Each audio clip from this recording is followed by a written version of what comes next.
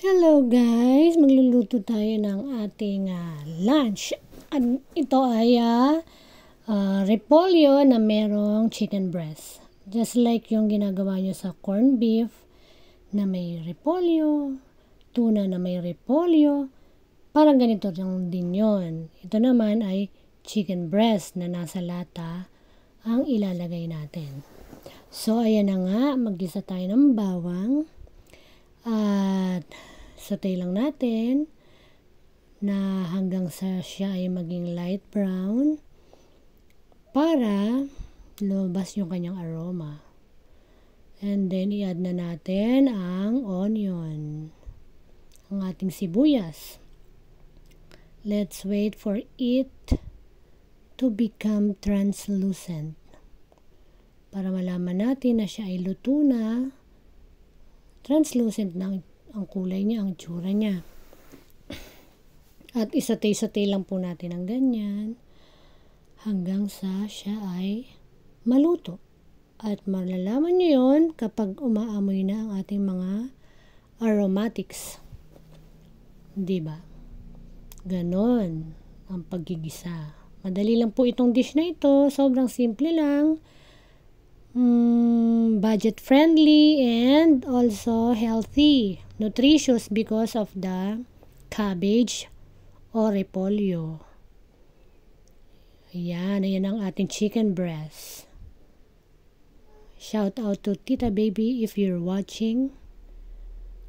Thank you sa chicken breast in can. Thank you po. At ito na nga po, lulutuin na natin siya. Pwede natin siyang, excuse me po, durug-durugin pa para syempre mas maluto pa yung loob. Although, cook na to already. Yung chicken breast na ito, parang yung century tuna, ganyan, di ba? Konting luto na lang. Luto na siya. And then, magdadagdag tayo ng konting toyo kasi ang chicken breast na yan ay may lasa na. So, konti na lang idadagdag natin para magkaroon lang ng konting kulay at the same time lasa na rin.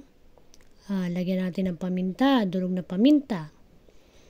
Tapos niyan, mix-mix na natin uli hanggang sa mag-combine na naman ang kanilang mga ingredients, ang ating mga ingredients.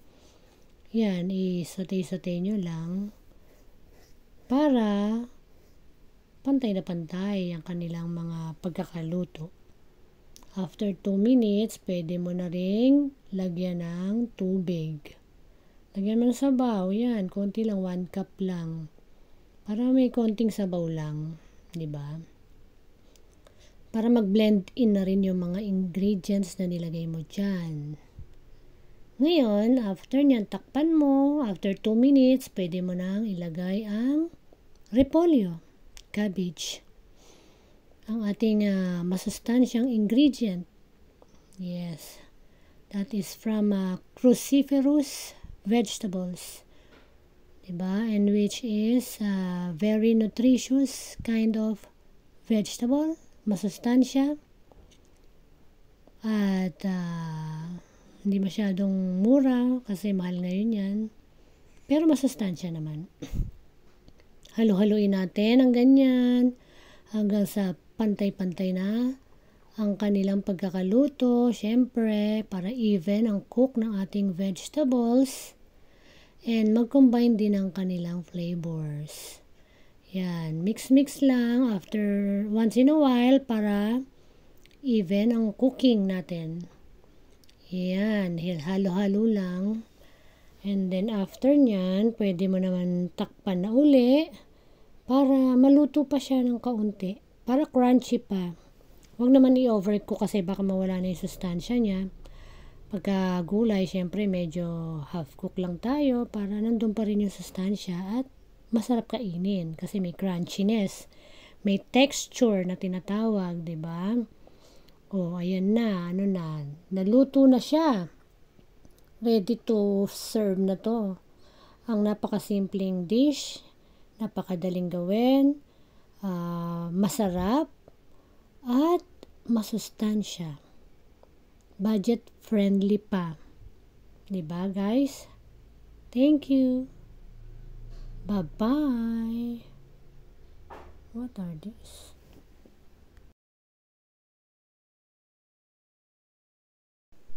Ay, hindi pa pala tapos.